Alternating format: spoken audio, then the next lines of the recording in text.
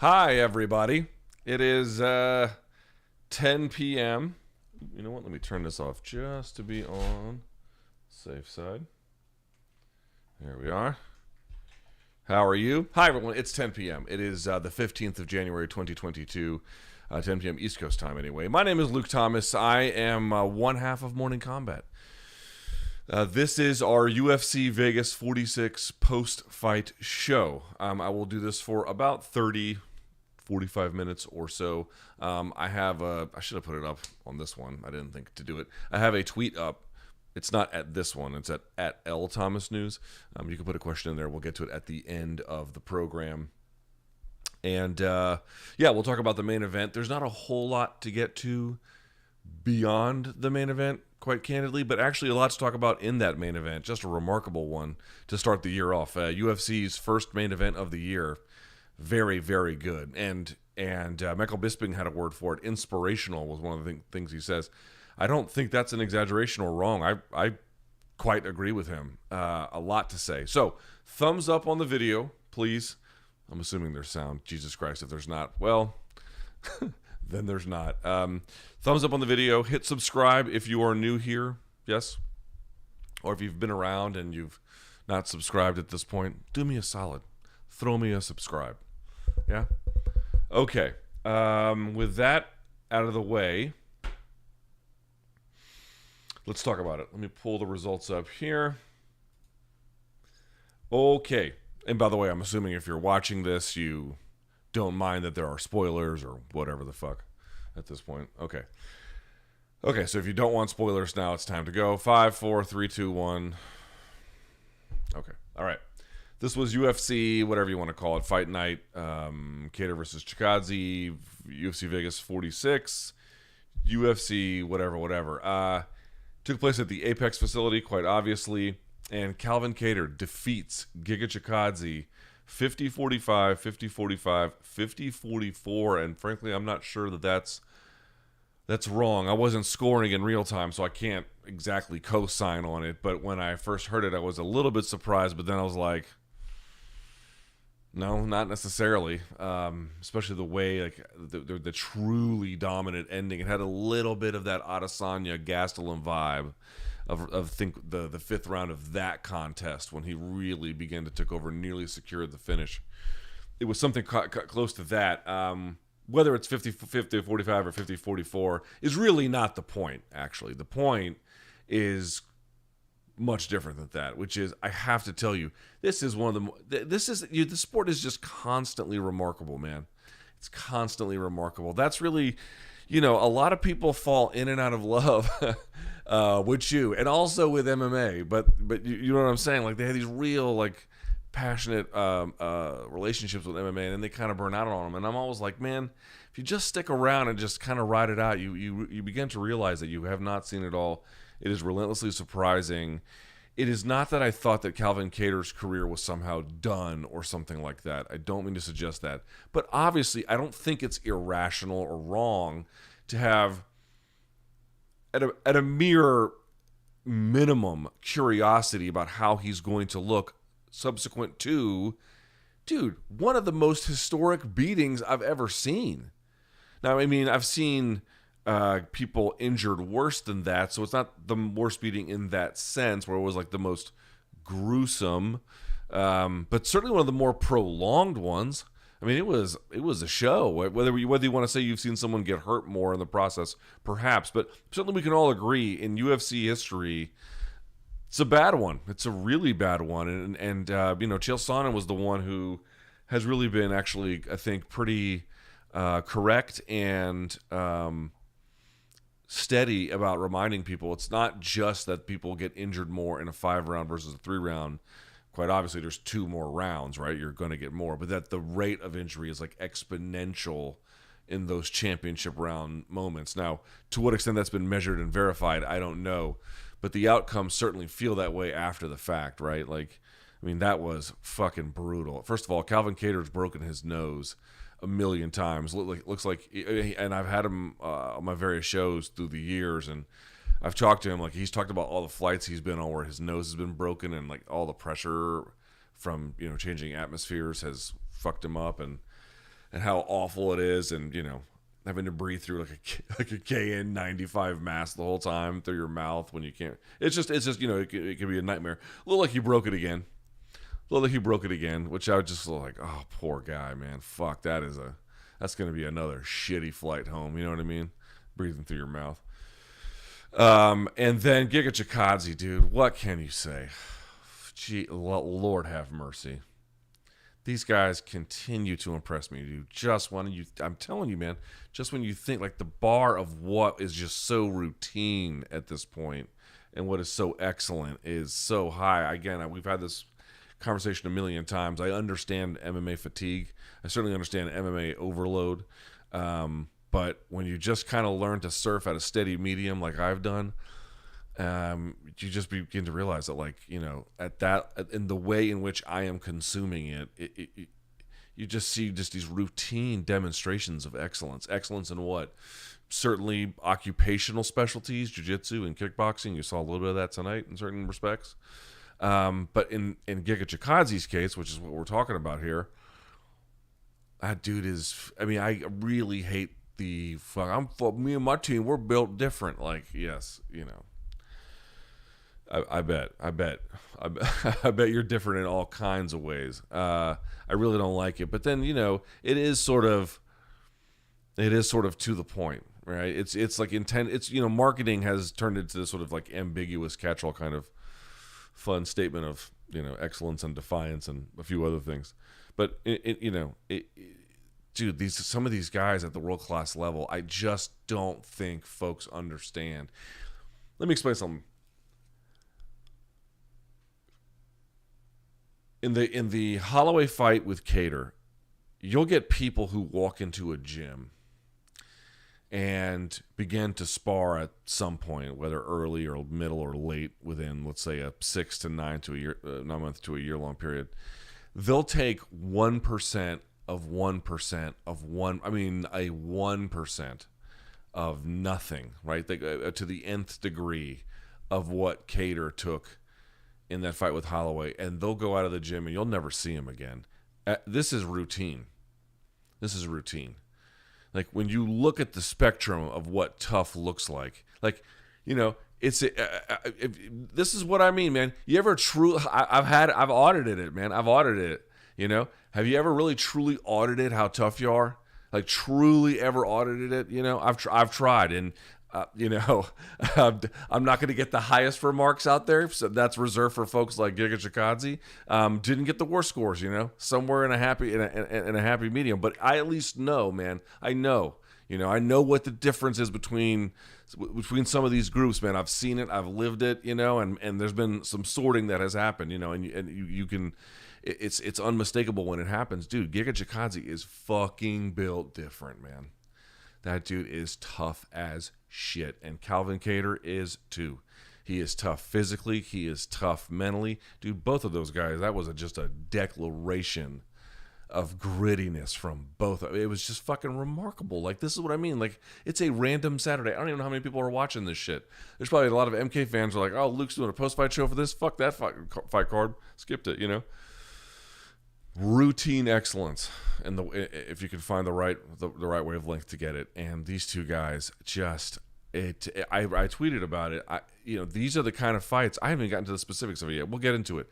These are the kind of fights where you're just watching in the middle of it and you're like, fuck, man, I hope these guys are getting paid. I don't know if anyone else is that way. If you are, you're like me. If not, I'm not.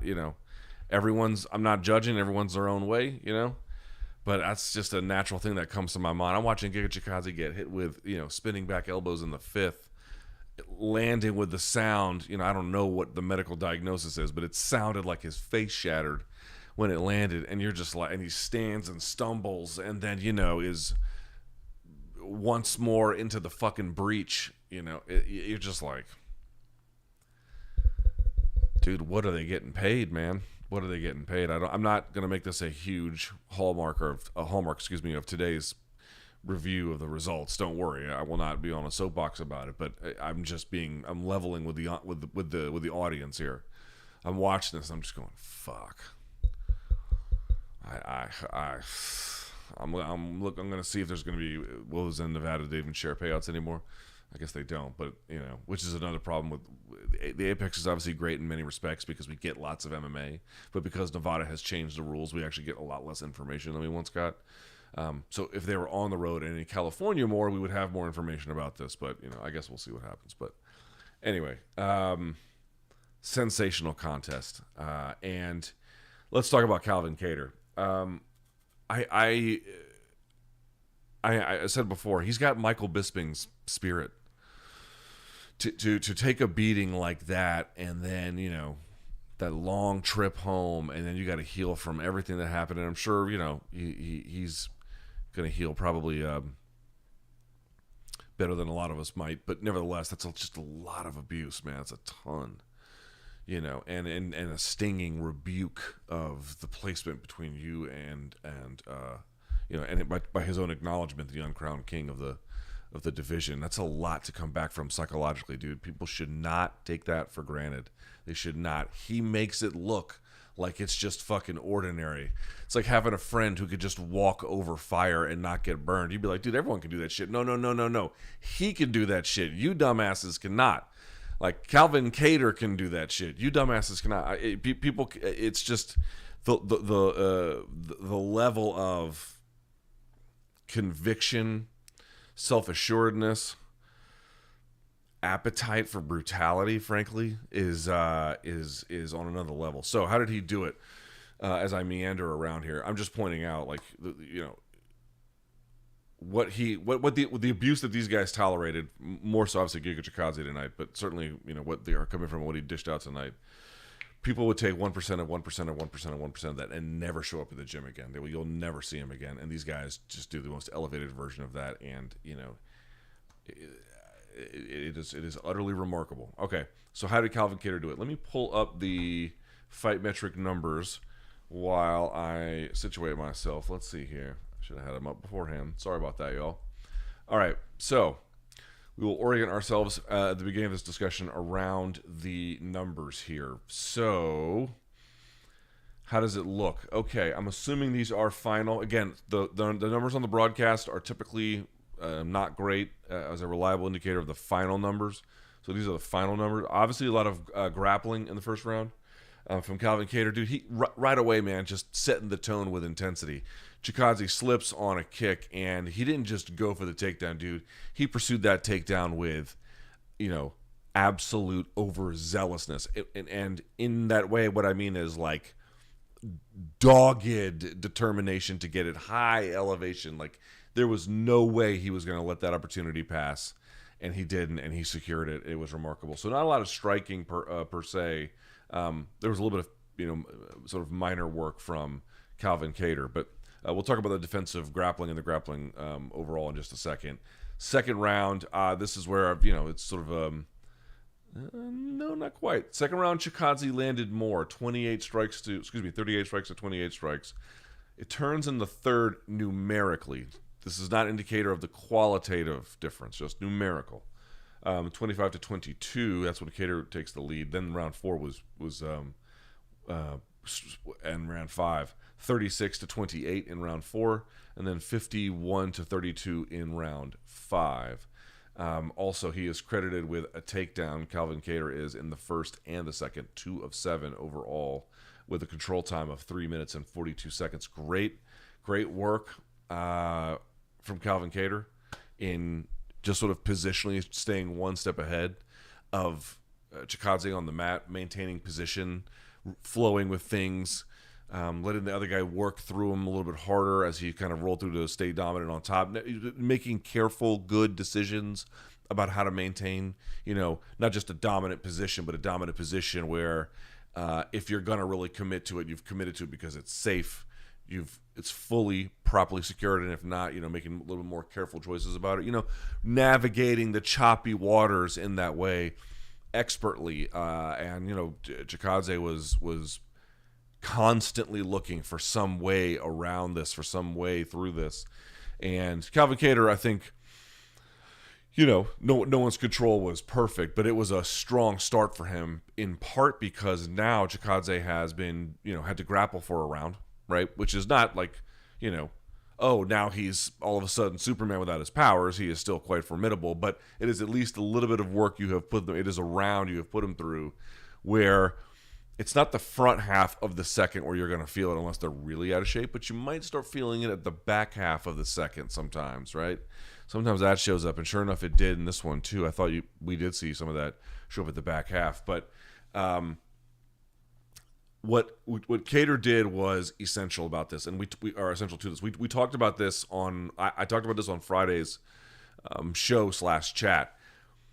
I did not see a way, plausibly, I mean, yes, theoretically, of course, but plausibly, I did not see a way for Kattar to win if it did not involve strictly backing up at all times Giga Chikadze, right? It's the old Fedor versus Crow Cop game plan. If you're facing a lot of different kinds of opponents, but in this particular case, and in that one, referentially from the historical note I'm making here, if you have someone that is sort of kicking dominant, Crow Cop, or in this case, Giga Chikadze, really putting them on their heels makes life difficult for them. One that is exhausting, right, to constantly be backing up because they really need their space and their timing to set and throw. Even though they can throw it efficiently and economically, like they don't need a ton of room, but they need some. And if you put them under a constant pressure, it becomes very difficult for them. So it's taxing to do that. And two, it just sort of offensively mutes them. And then they begin to have to trade strictly on hands, and that's when the problems begin to sort of become visible. Between that and also, you notice there was really patient footwork from both of them. Calvin Kattar doing a lot, not just sort of forward pressure, which was key, right? So he, under what conditions was he going to work? Behind the jab, one, and forward pressure. Those are the two ones that we talked about on Friday's show, and I think you saw a lot of that here. Now began to show that he needed a lot more after the jab got cooking, and they were just sort of openly trading. At that point, the jab doesn't lose its value, but it takes on a different role in that kind of environment and scenario. Still valuable, but differently valuable. Anyway, point being is that was one where Kattar was just going to win over time anyway. So you have this exhausting pressure. You have this pressure that takes away these weapons because you're inside of this kicking range. You have this offensively, sort of muted scenario that this guy is under. And he just begins to work it over time. He would follow with the footwork where he would sometimes, some of it he was doing to take away weapons. Obviously, they talked about switching stances to avoid getting hit with the Giga kick to the liver. But there could be other reasons why he would switch from taking, hard calf kicks, which, by the way, he got away from those because Kattar was really on him, putting him on his heels constantly. It's sort of like the old Edson Barboza approach, right?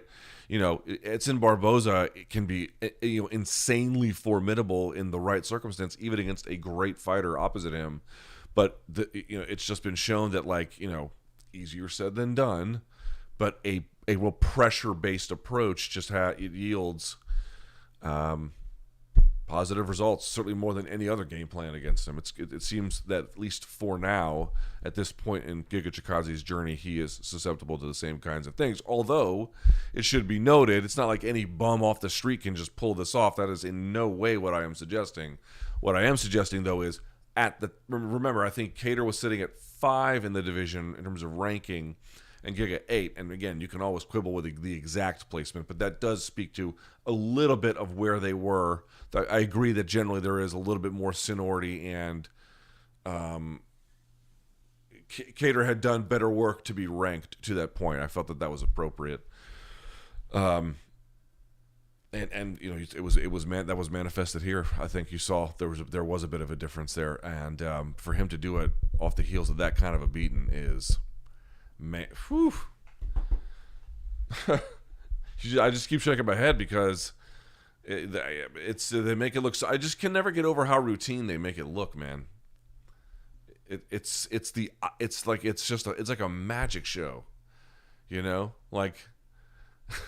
These are the magicians that actually do saw people in half, though. It's fucking wild. I apologize if I loudly swallowed on the microphone. I didn't mean to. Let's look at some of the targeting. Jesus Christ. Whew. Calvin Kattar, 88% targeting to the head, just 9% to the body, 2% to the leg. There is a story about the way Calvin Kattar fights and uses kicking, but it's not a significant. I think most would agree it's not a significant component to the way he fights. It has a role, but it's a fairly minor one. By contrast, Giga Chikadze, as you could understand, going to the body, right, with the Giga kick and to the leg and everything else, 21%. But even that, I would say, is low relative to what he probably wanted. I bet he probably wanted, I don't know if you put a numerical threshold on it, but I'm guessing a little bit more than what he ultimately got, let's say. Went to the head 73%. And then, of course, as you can imagine, most of the fight in terms of striking took place at distance versus the clinch and the ground. Man, what? And by the way, I should also note that Kattar to end round 5 the way he did, with this, I won't say last minute, but, this triumphant, emphatic declaration of, basically victory, but without the stoppage in official time in that 5th round, right, where Giga gets knocked down and the whole thing is almost kind of over, before the time expires. I mean, that is such a dude. Good for Calvin Kattar. This business is tough enough and bullshit enough and hard enough. And dude, I mean, just look at the last 10 rounds of Calvin Kattar's life. I mean, I knew well, these guys have to know that, like, this occupation carries significant health hazards and risks and difficulties and the like. But, like, the last 10 rounds that Calvin Kattar's had to fight has been just the most brutal World War I trench warfare slog, man. And you lose long stretches of it and you win long stretches of it. But either way, dude, you come out with the fucking meat grinder on the other side, man. It's just... I apologize. I know there's gonna be people. He's fucking sounding like a broken record. You're right. I am. I apologize. You're right. But it's just the routineness is it's remarkable to witness. You wish it was compensated with the riches that it is owed, and you are humbled by the ability to watch something like that and share the joy. As well as some of the the apprehensions about it, along with it. It's a complicated joy. Fighting is a complicated joy, right? Is that not a fair and, ultimately almost like nothing statement, but enough to be true? It's a complicated joy. It's an engrossing joy as well. Hence why we're here. So what can we say else about this? I did have another thought. It's something I've been sort of toying with for some time. If you've heard me, two more thoughts actually. Well, actually, that one's about a different one. But this one. Calvin Kattar and Max Holloway are very, very different fighters, right? Different in style and in many important respects. But there's a lot of things that unite them too. These are guys who typically do their best and most work in boxing range. You just heard me describe the numbers of Calvin Kattar and where he's sort of, headhunting in general, but you can sort of look at how many of those are kicks. It's not many, right? So this is a guy who does his work in a very similar kind of way in that respect. And what I've noted is, another guy like this is Adrian Yanez, insanely talented, a delight to watch. Seems like a wonderful guy. Same thing here. Calvin Kattar, I've interviewed him. Seems like the nicest dude on planet Earth. But that style, it is, even on the winning end of things, man, it's a bit of a blood and guts style, man. It's when you get guys like that, and they not only tend to, they tend to be like the more cerebral versions of it, and Yanez is quite bright, and Max Holloway quite bright, and Calvin Kattar quite bright. They tend to have this influencing role on the fight itself, right? They have this ability to, and then the best fighters do, to define the fight on their terms. Well, their terms are trading in these boxing ranges and angles and scenarios, and again, they get the best of it usually by a long shot. But nevertheless, it just involves being in a place where contact is not just going to be inevitable, but frankly frequent. It will be frequent. I don't know how long that style is. Of all the styles in MMA that keep you in it the longest, I would not put that one at the top of the list. It seems to me that you get some of our brightest and most talented A-plus fighters that I'm excited about, you're excited about, we're all excited about. I do question, again, all the shots are of, questionable damage, certainly. Some are quite pronounced, obviously some are not, but nevertheless, it's just the amount of just traffic is overwhelming, I guess is what I would say. There's just a traffic of strikes that is, I think, I worry anyway. I worry that it will cause problems. The other one was one of the other fights on the card. I think it was at the co-main. I don't even know if it was the co-main. No, it's not the co-main. I'll come back to that. I don't have a ton of thoughts about the Caitlin Chookagian and Jennifer Maia fight, although Chookagian, it's a great win for her. These are, I think, top 5 fighters in their division. I don't have the rankings in front of me, but I think they're either there or pretty close to it. Certainly, they've both fought for the title, so we're talking about, the preeminent side of the women's flyweight division. And Chookagian just was better overall, 30-27 across the board. Even in the grappling department, she was able to be the kind of one in control. It looked like Maia wanted to do a little bit more, I won't say brawling, but a little bit more, Chookagian was able to work at range when she had to, but it was also great in the grappling scenarios as well. But the thing that caught my attention was not really any of those things, even though we should acknowledge this is a great win by Chookagian, is that, and I'm sure someone else has said this before me, I don't in any way suggest that, I'm sure some of you have noticed this and probably tweeted about it and shared it. So I in no way am like, I made this grand discovery. It's not what I mean, but something occurred to me today, however late. The first wave in the modern era of wrestling best practices, like when people were like, oh, this is how you wrestle in MMA, when there was enough body of work, there was a teachable skill set that was pretty effective for most people in most fights, even at the UFC level.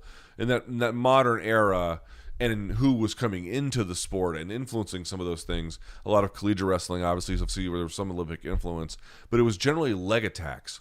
It was, of course, there are exceptions. Early on, there was the Raw team with Rico Chiapparelli and Randy Couture, and then parts of that turned into Team Quest, and you had Matt Linlin, and a lot of those guys had the Greco background. Of course, there's Rulon Gardner even. There's always been a Greco influence. That's not what I'm suggesting. What I am saying is, in terms of the routine wrestling scenarios that you're seeing in MMA now, right? Typically along the fence line. I'd have to go back and look and think about this a little bit more, but typically along the fence line. But it's upper body wrestling. The first wave of best practices was all leg attacks or predominantly leg attacks. This new wave is that, but I think because fence wrestling has become such a, dude, it's hard. If someone stands in front of you, turns to the side, splits their base, and is good about head pressure and underhooking, dude, unless you're Habib or some shit, you're not going to get him off you're not going to get him down. It's not going to go for you, No, it's not going to work. So what are you going to do? But upper body clinching, it turns out that actually can be pretty powerful, in part because we've talked about this, locked hands. Dude, there was another fight. We'll talk about that one too. Was it the Bontarin and Brandon Royval fight? I mean, part of the reason that we got kind of close to was Bontarin. You can question what he was doing with it from a punishment standpoint, but he's got locked hands. With these locked hand scenarios, man, you could just ride them out for long periods of time. And anyway, you get the idea. I'm just sort of pointing out that I don't know where the fuck I lost my train of thought. It doesn't matter. Who gives a shit? It's 10:38 on a Saturday night, and I'm drinking water. I forget where I was going with this. Doesn't really matter. Okay.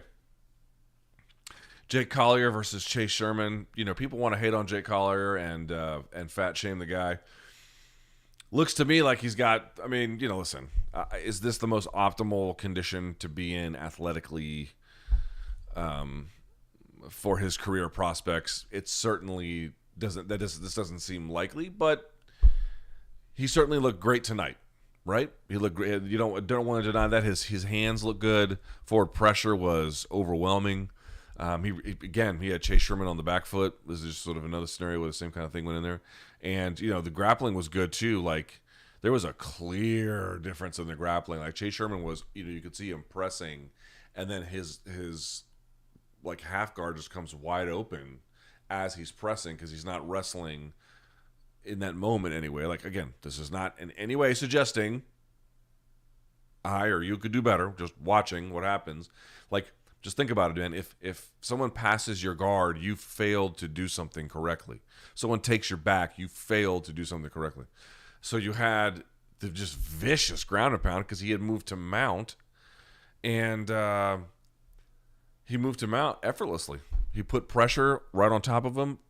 You see Sherman essentially pin himself underneath when his guard gets put like that, and then Collier just uses that pressure on top to just ride essentially into 3/4 mount and then full mount, and then he just absolutely hammered him through the canvas. After that, he turned over, and then he got the tap. It's great work for a co-main event between two guys at heavyweight who, are not at the top of the division. That's a best case scenario. Fans should be grateful to Jake Collier. So, yeah, good for him. Great win. Brandon Royval defeating Rogerio Bontorin. We talked about this a little bit. There's a controversy in the third about the tapping. Did he tap? There's two competing theories, basically. In real time, I thought he did. Okay. Upon review, I'm less certain, but leaning towards that. I asked people to make an argument to me about which way they felt about it. Did he tap, did he not, to the armbar? And people were split. There are sensible arguments that were given to me from either side. And by the way, it should be noted, many of the people who say he did tap were in the black belt / training, officiating crew side of things, right? So these are not, amateurs or something like that. That doesn't mean that they automatically get like, we just defer to them. But, these are not people who are unaccustomed to watching this kind of stuff. And basically the two arguments are, one is, did he remove his hand from being trapped to tap and then regret it once there was a slightly different feeling? Perhaps that is one theory. The other theory is that he removed it, and then in the process, he kind of like flailed. And in flailing, it looked like tapping. It does look like it, but that's not actually what it is. You be the judge. I'd have to go back and look at it again. I've only seen it, when it happened live, and then a handful of replay times. It's can I say, perhaps you are different, can I conclusively say he was tapping? Because here's part of what the situation is. When people say, he tapped, he didn't tap, what are we saying? Like, if we're saying he's tapping has to mean something. Now, I understand, like, there's a sort of colloquial way of describing it. It's this right here, right? And we all kind of know it when we see it. But here's a clear-cut case where some kind of clearly defined parameters for helping us understand what we're looking at and what is defined as a surrender. And I guess some states probably, by the way, have this. It should be noted. But that's all that matters when we say, did he tap? So I'll tell you what I'm looking for. One could be, a clear signal that someone is surrendering, right? A very aggressive tap, let's say, on the ground sometimes. For example, Chase Sherman tapped to the floor. He didn't tap to the hands of his opponent. But what you're really looking for me is intentionality. Because he tapped once, or again, either on purpose or not, there was one tap. People were like, there has to be 3 for it to be a tap, but that's not really true. Like Sonnen versus Silva, Fedor versus Verdun, these are clear one-tap cases. Sonnen versus was it Filio? No, Sonnen versus was it Filio the first time? Some shit like that. Who was that to? I can't remember at this point. Anyway, you get the idea. It does happen. It is rare, but it's not, and it's certainly rare in jiu-jitsu tournaments. Like when you do see tapping there, it's like very direct. So it's like if you watch tapping at the black belt level, you know, it's kind of funny, right? Because sometimes people get it, and it's you know, so this really kind of painful like estima lock, you know, where you have to tap immediately to relieve this unbearable fucking pain. Or when what was her face when it was Tammy Musumeci got her fucking arm barred all the way behind her own back, you know, shit like that. But usually what you see is a very calculated surrender, like checkmate in chess, you know, where you've seen two fucking grandmasters and one guy just goes boop. It's tapping the same way. It's like they know when certain conditions are in place, you know, the jig is up, and they just, you know, very matter of factly and directly like and it's all calm, you know. There's obviously a lot of exceptions to that rule, but there's a lot of that happens. Anyway, where the fuck am I going with this? Did he tap? It looked like that in real time. I don't know. You be the judge. It didn't matter in the end. Brandon Royval got his hand raised. He deserved to get his hand raised. He, I thought, was really good about keeping his sensible defense underneath. He was very good about always framing, creating frames and separation underneath. He got to his feet, you know, not effortlessly, certainly, but it was never not part of the action he was putting together unless he had some kind of really dominant grappling position, which certainly at the end he did.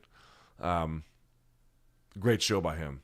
I think he was saying he wanted to come in and show a little bit of patience, and I think that's exactly what he showed. Split decision, by the way, here, 29-28, 28-29, 29-28. But that was a very, you know, did he show like brand new skills he never had before? No. But did he show a kind of competitive, strategic application of them that yielded better results? Or it certainly yielded the kind of results he wanted under significant duress from a very talented opponent? Yes. That's very much important and something. Anyway, I think I got lost somewhere talking about Chookagian and Maia, but Greco-Roman wrestling appears to be much more important in modern MMA than it ever has been. How about was it Santa?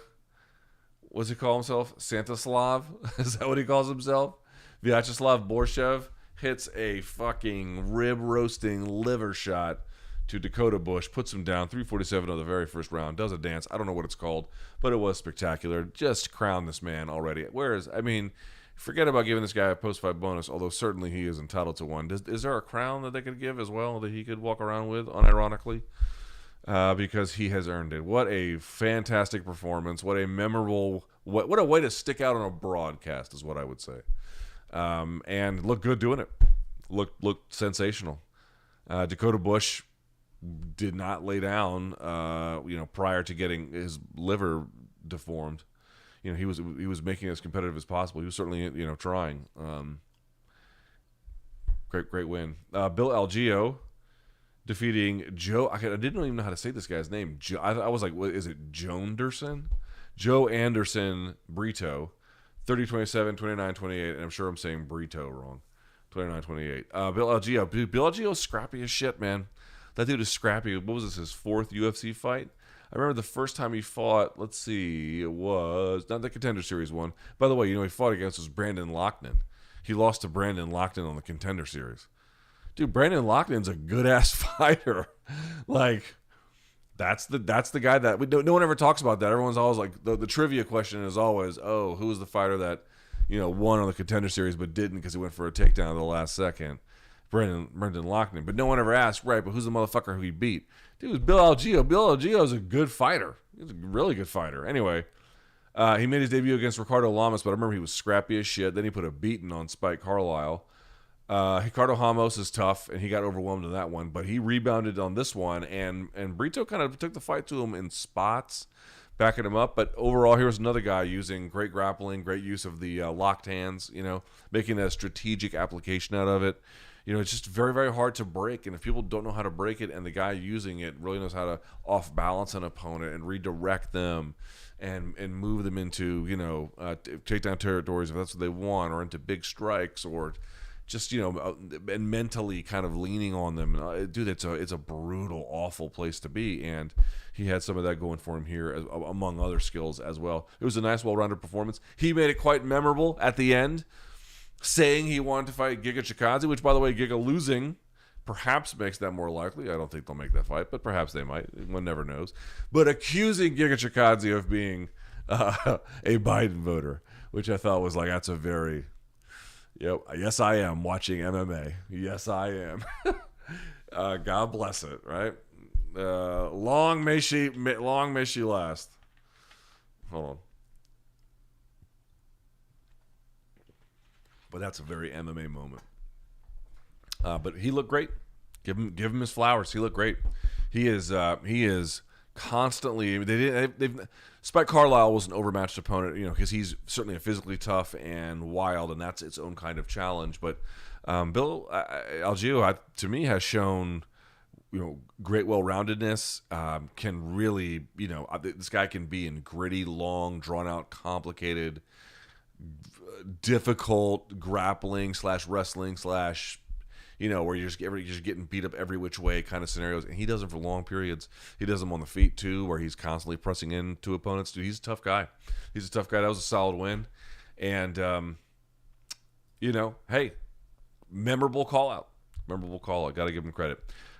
From the prelim card, Jamie Pickett defeating Joseph Holmes. The prelim card wasn't a lot of fun, I'll be honest. Corey McGee got a nice win over Ramez Abrahima, I think as I say. Brian Kelleher looked pretty good against late replacement Kevin Kroom, who looked huge, by the way. And then TJ Brown got a nice win over Charles Rosa as well. There you have it. First one's in the books. All right, let me take a look at some of these questions that you lot have, and then we will call it a day. All right. Do you think Kattar and his team learned from the pressure Max put on him, and to a degree tried to replicate it when building a game plan for Giga? Perhaps, I would have to ask, certainly. But I think strategically it wasn't necessarily... Listen, that's not like... we talked about it on Friday. I brought it up on the show. It's not some grand insight, right?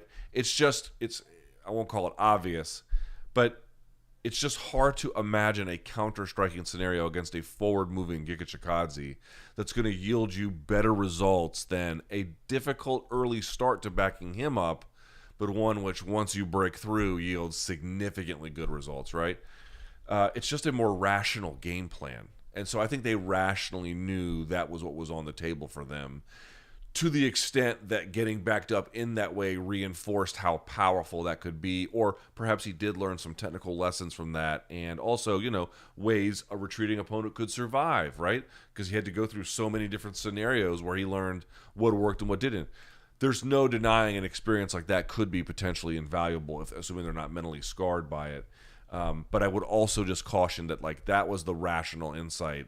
The question is not that. The question is, what do you do technically and tactically to pull that off? And I think it needs to be said, Calvin Kattar's footwork tonight was just excellent.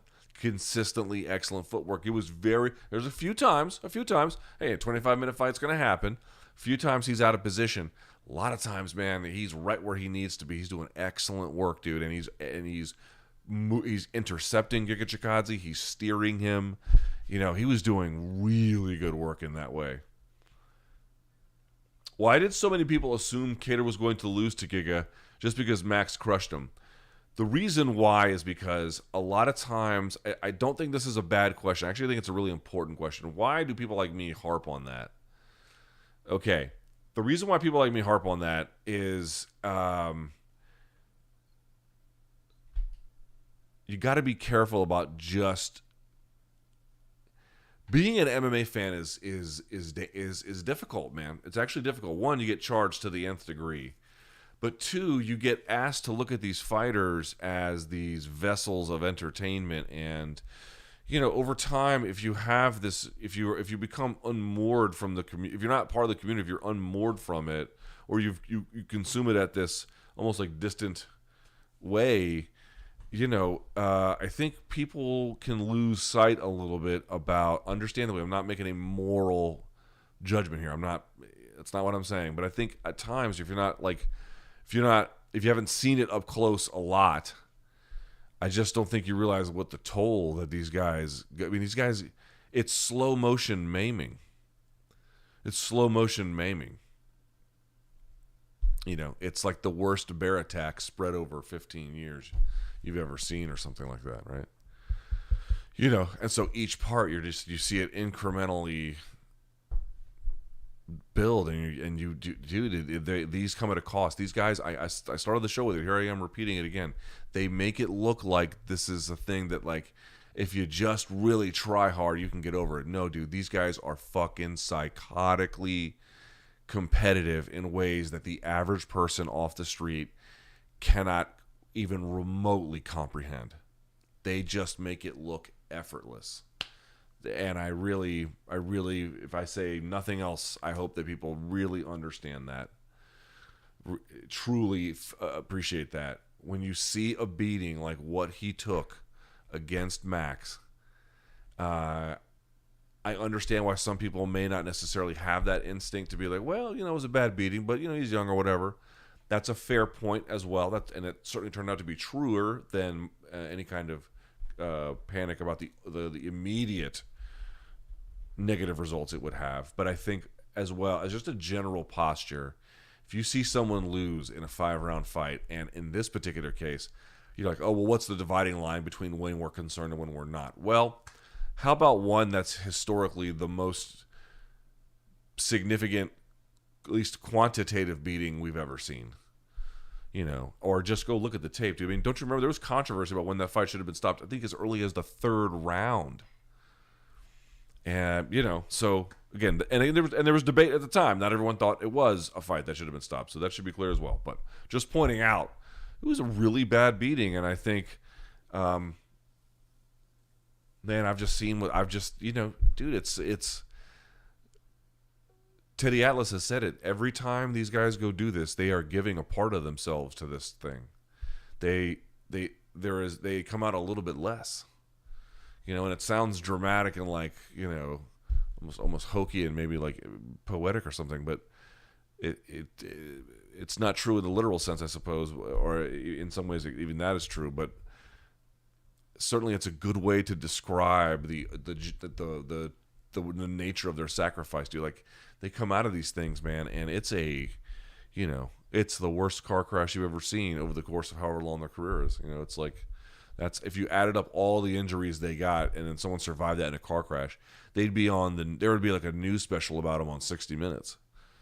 You know what I mean? It's like, torn both ACLs, broken femur, you know, punctured lung, God knows how many lacerations and twisted ankles, and, you know, and now they're getting towards 40, they need a hip replacement, and neck and back issues and nerve damage, right? If someone survived all of that in a car crash, you'd be like, God damn, dude, God, you know, I don't know what message he's trying to send, but he's definitely trying to keep you around for now.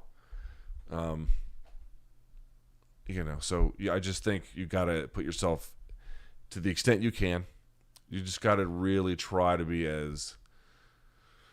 you got to see the humanity in these guys as much as you possibly can. And that's why the last thing I'll say on the fighter pay stuff is that's why the fighter pay stuff matters to me. It's not that the fighter pay makes up for it ultimately. Ultimately, it's still, I think, a kind of trade where the house, which is not the fighter, still wins, and always wins, at least metaphorically. But I think it's the closest you can get to morally absolving yourself for liking it. Right, is making sure that the people doing it get the kind of compensation that they're entitled to. That's my belief, basically, in a nutshell. Like, if you're asking, why do I cover fighter pay with perhaps the fervor that I do relative to other issues, it's because I just think the unique nature of what they do can only be rewarded by the maximization of pay. That, in a nutshell, is sort of what I believe. Basically, I mean, there's a broader defense to it, but that is the basic idea. That's the gist. All right, there's a whole fucking bunch more of these. Hang on.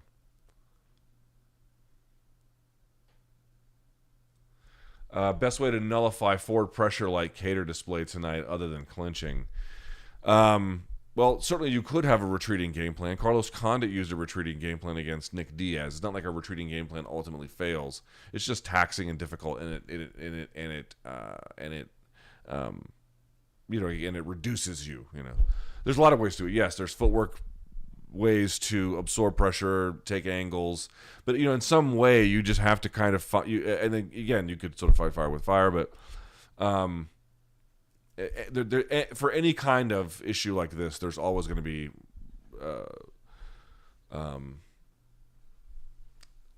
it's just a terrible answer. But the long story short is, what is the best way? The best way depends on what the skill set is of the fighter and what the challenge calls for, what they can reasonably be asked to pull off. And that sounds a little bit unfair of an answer, but that's really the truth. So here in this case is, what would have been the best way for Giga Chikadze in this case against Calvin Kattar? If he could have found a way to really lead, I think, with the calf kicks.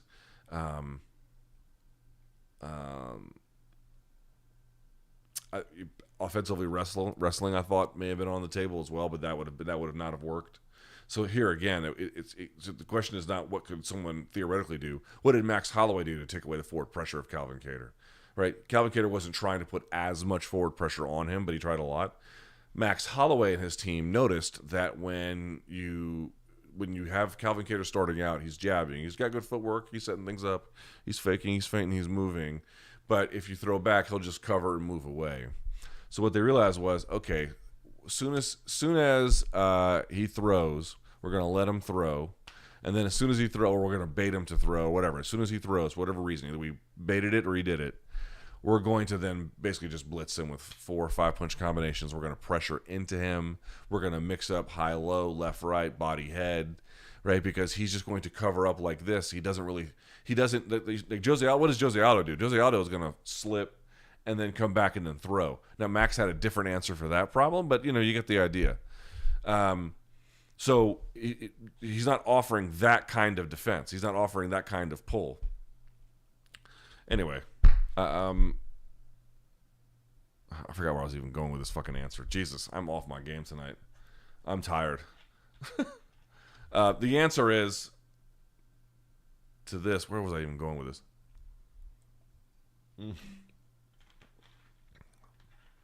So disappointing. I'm so sorry about that.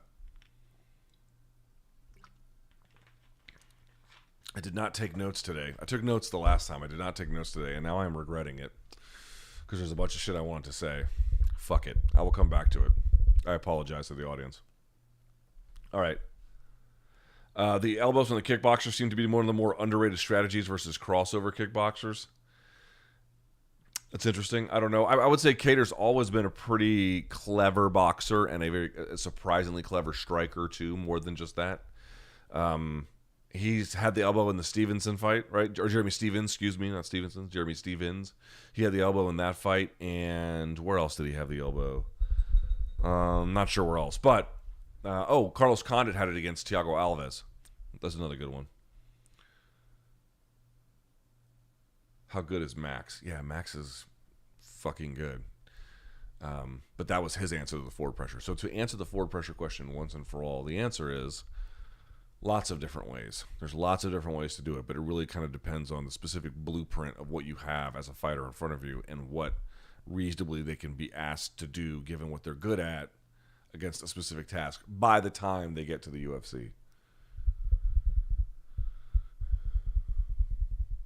Even after this incredible comeback performance from Kattar, do you see him beating Holloway or Volkanovski? Not yet, but dude, as a rebound, you can't ask for more than that this time.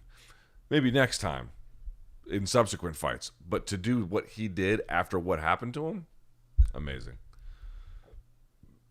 How much of an impact was that first round takedown? Huge, I think. What are the chances of seeing Volk and Max 5 to 6 times? That's a little much. Who was being... How much more impressive does this make what Holloway did? Yeah, again, dude, Holloway is pretty special, dude. He's very, very good. And this is the other part about Holloway. It's like everyone's like, oh, he's skilled as a boxer and whatnot. Dude, I keep going back to this. His team Eugene Behrman himself has told me multiple times on the record, it should be noted, him and his team might be the best strategists in the game. Certainly some of the very best at the top of the fucking food chain level of ability. Dude, those guys are clever. You ever notice they don't do any interviews? They don't talk about shit over there, man. I constantly, I used to try to ask those guys on there. Shouts to them, they're great guys. I get it, man. They're not trying, they're trying to do their thing. I used to try to get those guys on, and every time I get them on, man, they were nice as shit, and they're very friendly and they're gracious with their time, but they would never tell me a thing. They might tell me some of the stuff about their theory on fighting, but they would never spill their the beans. But dude, they're very clever. They're very clever, smart people. And so you've got a guy like Max who's got all this ability, who's got all that fighting mojo and spirit, and he's got a team that comes up with a game plan that is, a lot of you think was a winning game plan for his 2 fights with Volkanovski. At a bare minimum, has put him exceedingly close, and Volkanovski is another one who's got top of the food chain people behind him. So, you're talking about guys who have the bases covered as fighters in ways that, even most other pro fighters couldn't even imagine. Was Giga looking past Kattar? No, I don't think so at all.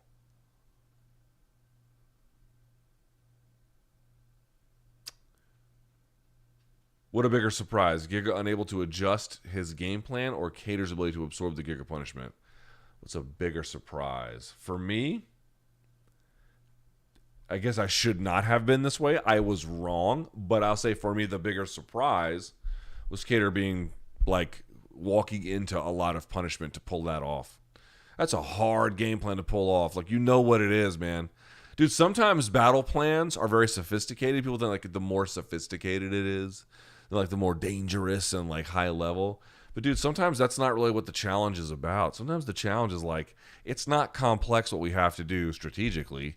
It's just going to be brutal. It's just going to be brutal. There's really no other way to do this. There is no, I can smart my way around the punishment and difficulty of this all. No, you cannot.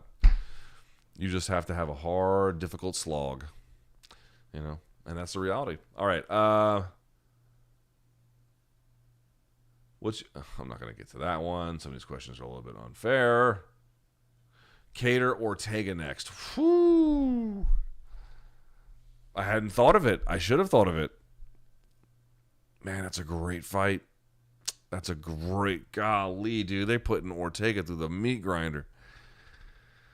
Whew, man, that division. These guys are absolutely. I keep saying it, but it's so true, man. It's here's your reward, Brian Ortega. I mean, and he's talented as shit too. He'll put a beating on Calvin. Dude, here's what I know about Brian Ortega. Win or lose, he's gonna put a beating on Calvin Kattar. You know what I mean? That's just what it's gonna be. Golly, man, these guys, it's just brutal. It's brutal. So it says Calvin's boxing didn't seem as sharp tonight.